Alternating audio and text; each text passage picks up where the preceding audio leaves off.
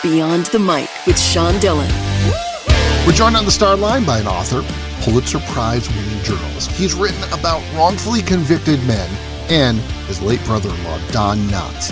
His latest effort is King of the Blues on the late B.B. King.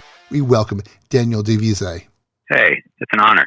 Daniel, let's go beyond the mic. You've written articles that have won regional and national awards. Why did you think B.B. King's story was worth all this research? Well, you know, life is short, and the books I've done have all been about things that were passionate to me. As you said, Don Knotts was my brother-in-law, and I did a book about his historic friendship with Andy Griffith, and I've done a couple other books. But this one, goes back to my childhood. I was in Chicago, and I saw a bunch of the great black blues guitarists, of that era, like Otis Rush and Sun Seals and Buddy Guy. And I thought it would be cool to do a book, kind of connecting the dots back from those great artists back to the source. And I see B.B. King as the source. He created this beautiful sound of solo guitar that's kind of like a human voice, which I think is what became the pervasive guitar sound in kind of pop music, really from like the late 60s on to the end of the century. So I just wanted to kind of give him props for that and tell the story of how that journey happened. One of my biggest regrets was missing one of his last shows. The research you did for this book is hefty. What fact that you researched was the one that surprised you the most? Oh, well, that's easy. I worshipped him as a guitar hero.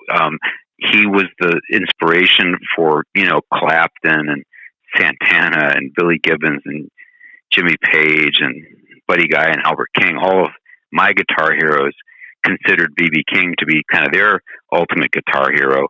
So I knew that he was this incredibly important guitar, guy, and kind of a musical genius and all that. But what I didn't know until I did the 3 or 4 years on this book is that in the first chapter or two of his career, when he was recording as a black artist and really had almost no white fans, that he was celebrated primarily as a singer.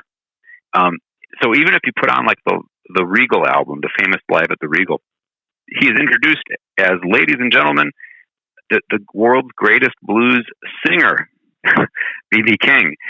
And of course, when you get to Buddy Guy and Albert King listening to his music, they're listening to the guitar as much, if not more, than the voice, right?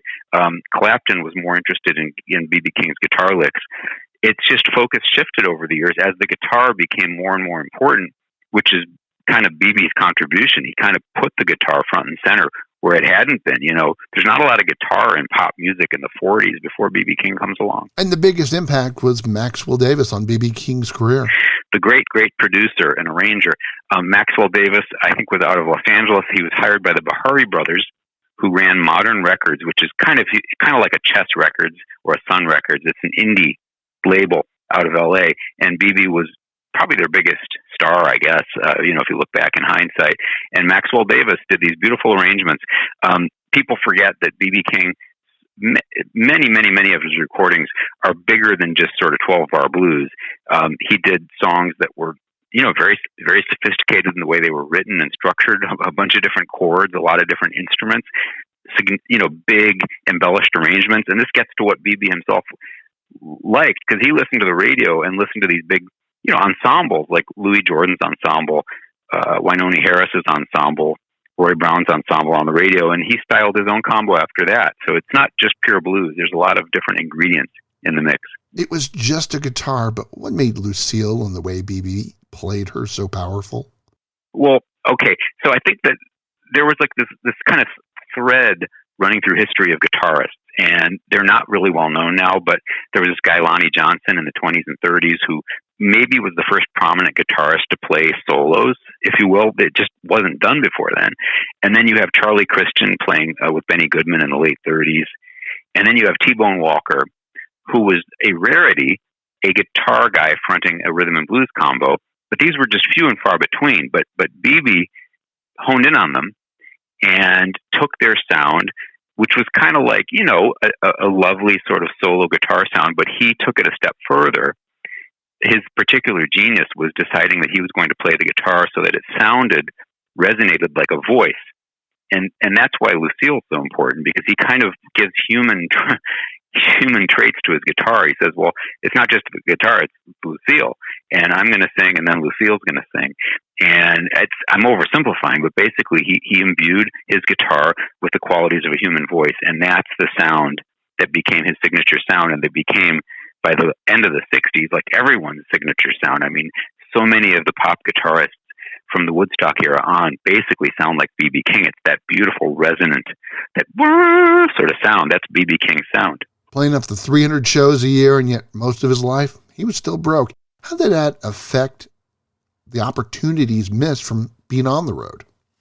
Oh gosh, I think him staying on the road was more about. I remember I'm trying to be his biographer, and so I think of all of his essential traits, and he really wanted to impress his father, his daddy, Albert King, not to be confused with the guitarist, was a very hardworking alpha male. Wow. Provider, right? Who raised, had a big family and supported them pretty handsomely for someone who'd been a sharecropper driving a tractor. B.B. King, his whole adult life, it was about trying to impress his father, prove to his father, I too can work very, very, very hard. I think he came to be sort of addicted to the road. I think he felt like it was his way of showing to Albert and to the world that he could work harder than anyone else in show business. And, even if he weren't a musical genius, which I think he was, he'd be remembered for doing, I think, by my count, 17,000 performances from the beginning to the end. I mean, I don't think anyone else has come close to matching that number, at least among really prominent performers. I don't think anyone will. After B.B. passed, the blues continued as his family fought over the will. Yeah. The family, it's a little bit of a complicated. Well, of course, David Ritz, who did BB's autobiography with him, would tell you that big pop stars, there's always kind of a messy probate battle when they die, right? And BB, though he lost a lot of money to gambling and stuff, he did have a fortune when he passed away.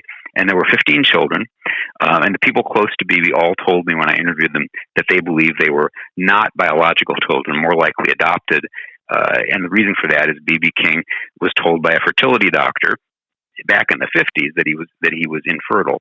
So, probably adoptive children, but he loved them all the same. His mother had died when he was young. His grandmother had died. His little brother had died. He was basically an only child who felt sort of motherless and parentless. And so he spent his adult years, while working very hard to sort of impress his father, he also was trying to build a family, basically, to have this big family that he could, assemble and sort of celebrate. And that's what he did up to his dying day and beyond. The book is King of the Blues on the late B.B. King. Daniel de Visé is the author. It's time for the Rocky Nate, 8 random questions. Answer with the first thing that comes to your mind. There is no pressure, Daniel. Best place to think on the Northwestern campus? Oh my gosh, probably by the lakefront. Yes or no, will the NCAA exist in 15 years? I used to cover higher education. I would say an emphatic yes.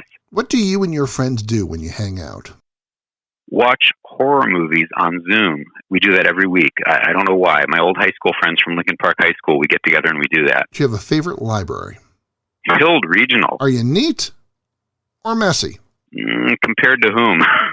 Compared to a normal person. A little on the messy side. Best song you play as part of the Stepping Stones, your Monkees cover band? Oh, God. I think, we did a pretty darn good version of the Todd Rundgren song, the,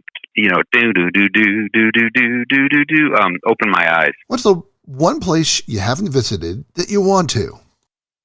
Oh, wow. Rome, I think. Other than your Pulitzer, what's the most important award you've ever gotten?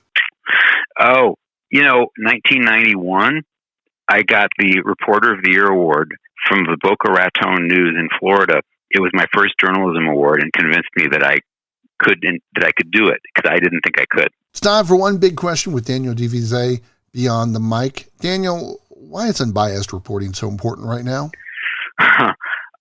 Because people are so polarized, on the left and on the right.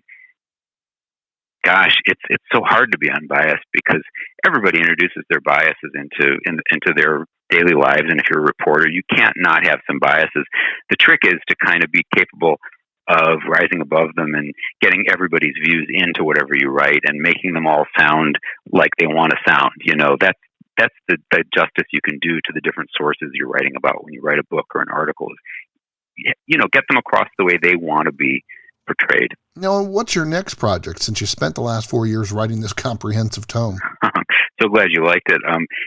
My next book, actually, I hope will bring me back onto your show one day. I'm working on something that has to do with the Blues Brothers. B.B. King wanted to be out with the Blues Brothers, but he was out on tour. He was working, and he was busy, and it was one of his big regrets later on. He watches horror movies on Zoom with his friends and believes the NCAA will exist in 15 years. His book, King of the Blues on the late B.B. King, is available now. Daniel de Visé, thanks for taking the time to talk with us today. Thank you so much. And that, my friends, is Beyond the Mic.